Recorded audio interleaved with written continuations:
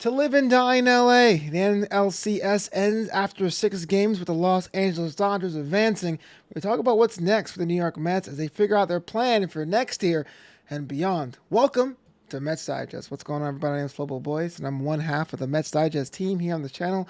Mike D'Angelo does some of the videos as well. Thank you so much for tuning in with me. It's still raw as I'm recording this. It's about 90 minutes after Game 6. The NLCS, we're going to get into what's next for the team. Before we get to that, we just got to say, if you're watching right now, do us a favor. All season, we've been trying to give you the best content with a fresh perspective, getting you some of the sources out there about what's going on with the orange and blue.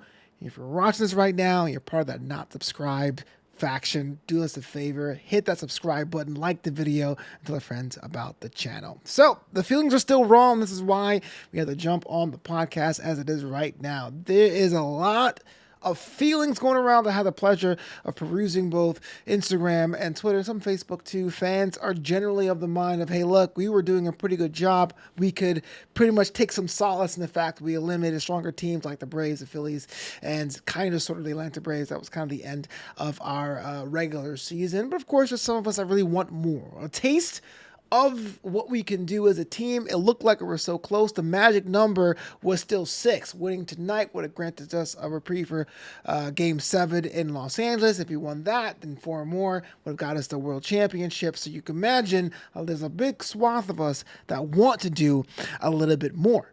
The problem is, as it stands right now, we mentioned this on a bunch of other videos and podcasts here, the team was a reclamation project. There was spare parts and duct tape and glue and grimace and good vibes and whimsy, humor, and joy. This team won't look the same next year and beyond. That's something that we have to think about as we go to the next chapter for this team. I'm looking at right now. Here are the list of players that have a contract situation up at the end of this season. Stop me if you realize it's almost half of the team. Jose Quintana, Pete Alonso is a very special case. We'll talk about him a little later. Luis Severino, JD Martinez, Harrison Bader, Brooks Raley, Adam Ottavino, Ryan Stanek, Drew Smith, Jesse Winker, Jose Iglesias are all pretty much free agents at the end of this year, and Sean Manaea, the really big fish in that group as well, has a player option. He's probably going to opt out. We're going to talk a little bit more in detail about what that means because the budget is going to change. The payroll is going to change. As you know, a lot of money is coming off the books. In fact, ESPN released an insider article about this, and it says, not including Phil Maton, who appeared in that last game of the season, but including Manaea, who would almost certainly opt out of his next year player option. There's $150 million at play here that comes off the books of the New York Mets off their 2024 season. I remember that was last year with Max Scherzer and James McCann, and the vesting option that Verlander had in Houston, which did not vest. So we got a pocket 17.5 million because of that. And you know that it's up to owner Steve Cohen is making a serious run at Juan Soto. You could probably argue for conspiracy theories that the fact we don't play the New York Yankees in this year's World Series will probably increase our chances about the possibility of Juan coming over to Queens. The Mets will also likely to attempt to re-sign Alonso, although that may be a tricky negotiation. Pete Alonso has pretty much showed he wants to be a Met. Pete Alonso has really showed up towards the postseason, having some really key 3-run homers when needed, but ultimately it was a down year for him. Now, a down year for Pete Alonso is still pretty good if you think about the market for first basemen who are available out there. As it is right now, Pete has been a Met his entire career. He wants to be a one-team guy and is currently 3rd on the list of team home runs behind Darryl Strawberry and David Wright, the captain. He actually eclipsed Mike Piazza this year with the number of home runs hit. So very much it looks like, to me, if I don't want to say go on a limb, this is not me confirming, but I would assume it looks like, it would infer that people like to stay in New York, barring something else, but it's his free agent year. Anyone who knows anything about baseball understands that players deserve to look and see what the market is to get themselves at the proverbial bag. But the other issue about who is going to be here next year is Sean Manaea. Sean Manaea, another one of Stearns' reclamation projects, was one of the worst pitchers about a year and a half ago when it comes to ERA. Took some time, worked on his mechanics, changed his arm direction. Granted, had a really rough outing in Game 6 of the NLCS, but you can't deny it was a career year for Sean Manaea, and almost to the fact that he got the nickname the Tribal Chief. And if you're a wrestling fan, you kind of find that a little bit funny. But that is something else about what's going to happen for Sean Manaea. This one comes from Sports Illustrated. The article is really about the idea of Sean signing with the Baltimore Orioles. We're going to discard that just for now, but it goes into more detail. Manaea would obviously opt out of his $13.5 million guaranteed in 2025, which is pretty much way below his now market value. The Mets will likely counter by extending a 1-year qualifying offer, which the qualifying offer this year is $21.05 million, which is the highest a qualifying offer has ever been.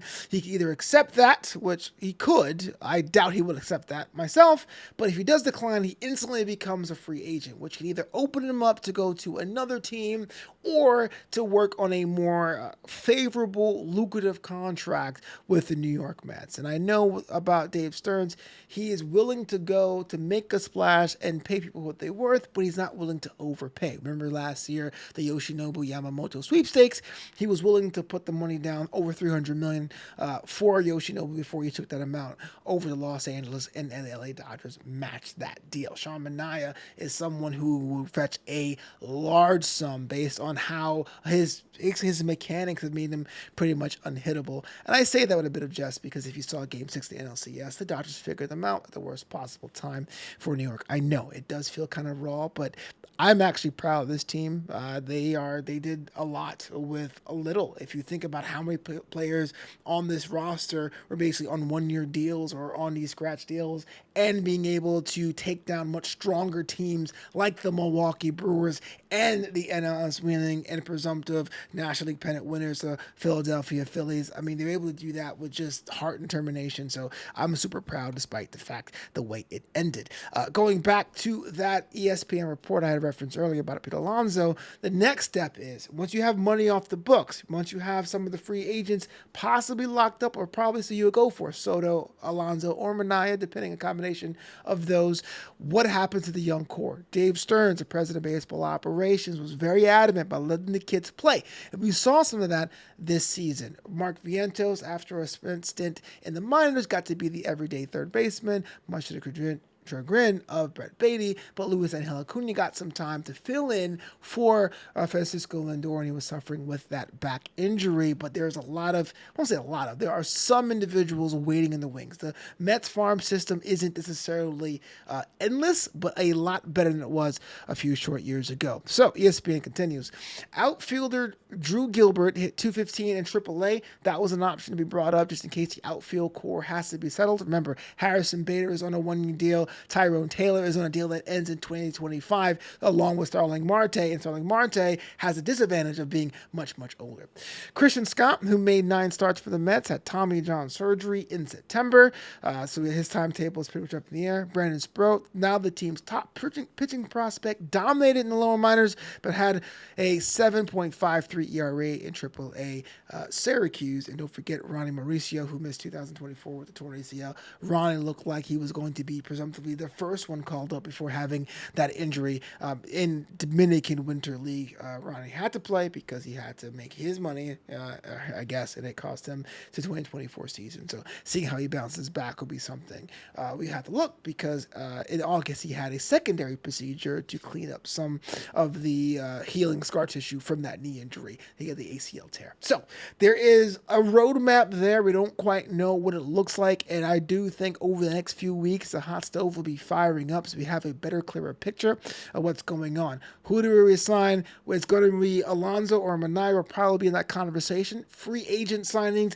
Soto, we actually referenced about 6 weeks ago, if Soto does not become a New York Met, is a very good secondary option in Santander, and what's going to happen to the core of young players. And so I say this right now, if you're watching this, you probably are hurt. You're probably like, Phil Mates on this and Carlos Mendoza that.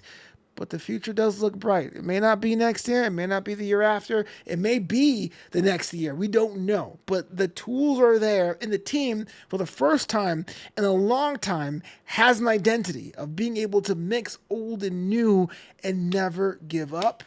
Much like how I end these videos. Thank you so much for checking out this video. Let me know in the comments below about the 2025 Mets. Are you already excited? Are you still in the stages of mourning? Let me know, because as always, it's LJM to the bitter end.